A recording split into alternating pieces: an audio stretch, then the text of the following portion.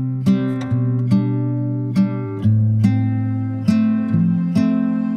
and salutations. We're back looking at more things from the past involving anime, and this time we're looking at one of the most influential anime films. In this case, Akira from 1988.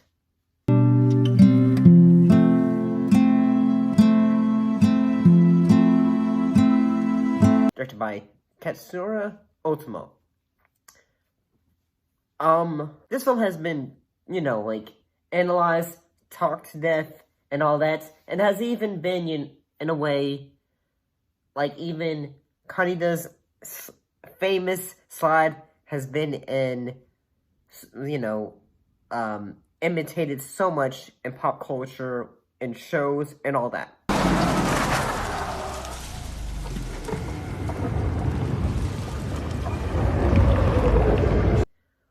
But what was the film actually about? Well, the film is set in a dystopian 2019. It tells the story of Kaneda, the leader of a biker gang whose childhood friend, Tetsuro Shima, acquires incredible telekinetic abilities after a motorcycle accident, eventually threatening an entire military complex.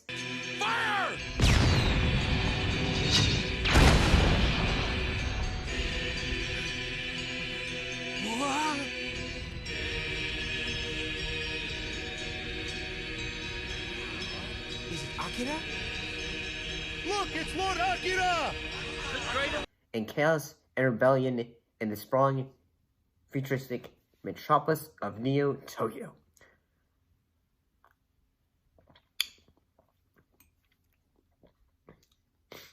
Pina colada. So, I have seen this film a few times, but haven't seen it recently. And I gotta say that, yeah, I've seen this film, but when you haven't watched a film rather recently, you take notice of things. Whether even though I know this film is rated R, but I didn't really notice how hard of a R this is. Whether it is the sequences of the voice of the Esper Takashi, that sequence of when his handler is in a way shot.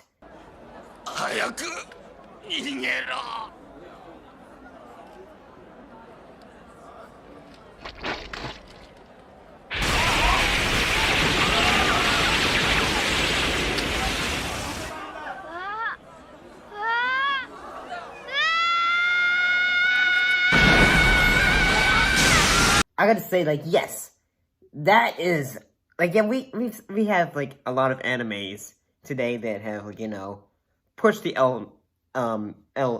the envelope, or whatever you're wanting to say, when it comes to, the violence and all that.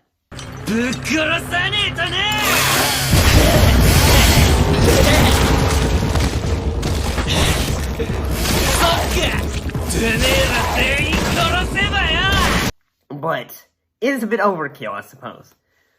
And and the thing I never really noticed is the Kaneda, Tetsuo, and all his friends. You never really notice say, yeah, they are a gang, but at the same time we don't really notice how in a way young they are supposedly are, because they actually, I feel if they were in a certain age bracket, I'd say they were probably college age, so 18 to 19 or all that, because they have after the local police and all them say, hey, I'm calling your principal, so get your butts over there. Any of you listening? You lost me halfway through, sir! Discipline! Oh. Discipline! Discipline! Discipline! Discipline! Discipline! Dismissed! And could totally be wrong about this, but I do think the acting from this, film is still marvelous. One of the actors I really am surprised, but is a huge icon when it comes to animation in general, Steve Blum. He is actually one of a voice actor in the film. Not as like a main character, but just as one of a background character.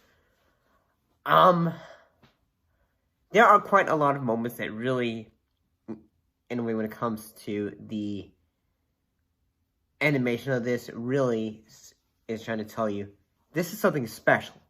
Whether it is Tetsuo, and he is in the hospital, and he suddenly sees all the little stuffed animals, like a little car and all that, and then they become giant because they are just the.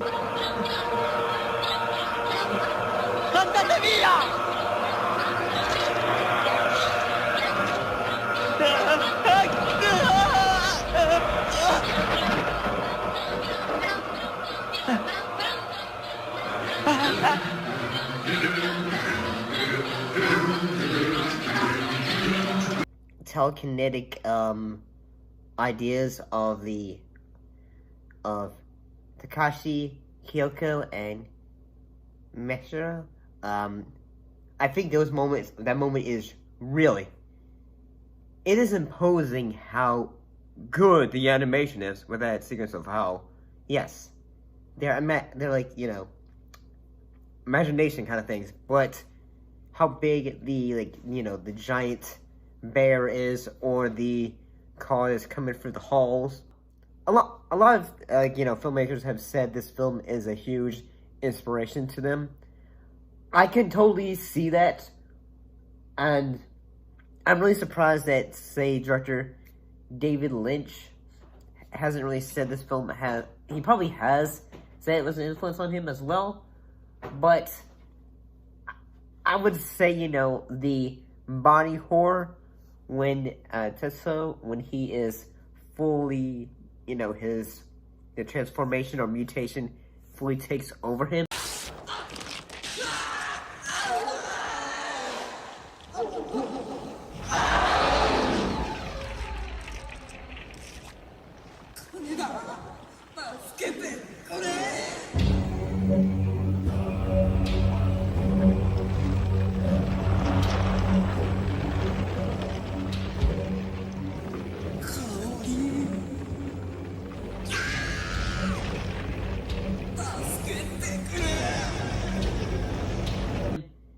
It is just, the scope of it is just awe-inspiring. I mean, if you've seen it a few times, then yeah, it's still quite surprising.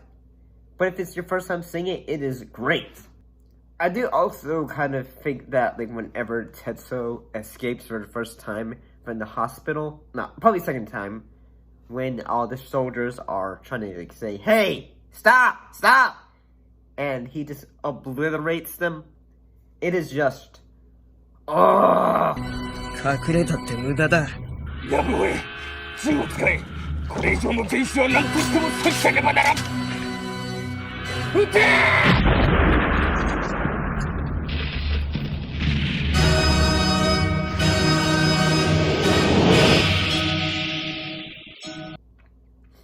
And I've watched quite a, when it comes to anime, I've watched quite a few that have up the the violence and the gore and all that. 機関へお前はもう死んでいる。何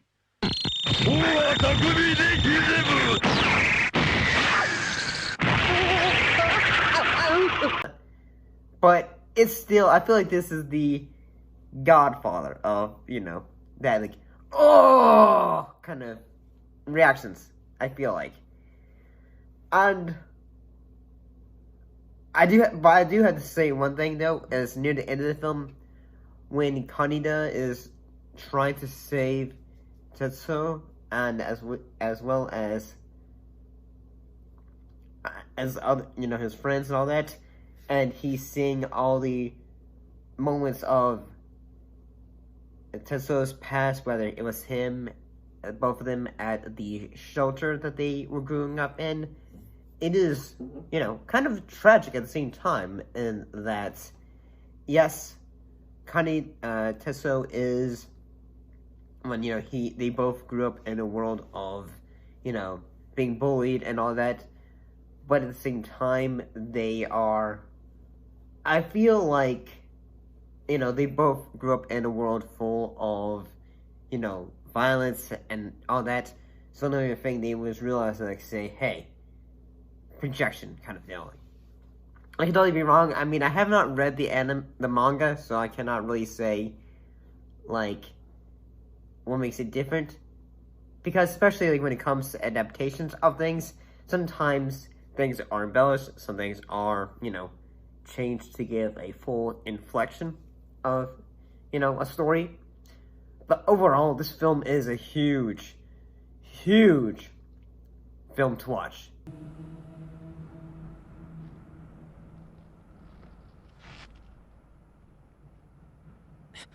Tetsuo. Kaneda, what is... Thank you. Huh?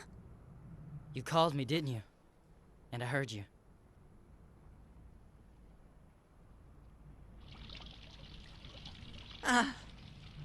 Kaneda! It's great. Whether it's your first time seeing it, your second time seeing it, if you're really wanting the best version to watch, try to watch the dub version on Hulu. Yeah, there is a version, like a dub on YouTube that's for free as well, but the dub of it is not as great, and yeah, both versions have different dialogue, but I feel like the version on Hulu Hulu has both the dub and the subs, so whichever one you prefer, in a way. I'll see you next time.